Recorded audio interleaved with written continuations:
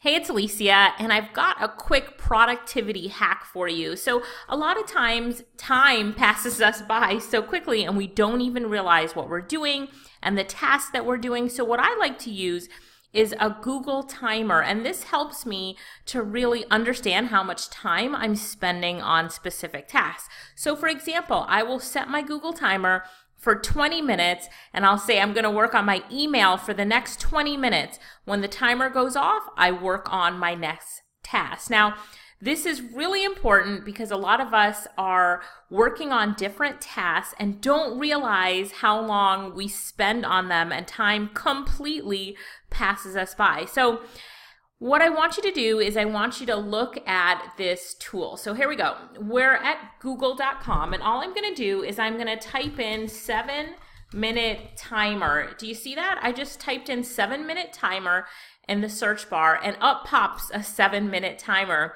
And the timer will start to count down. I can press stop if I want to stop the timer, or reset to start it over again.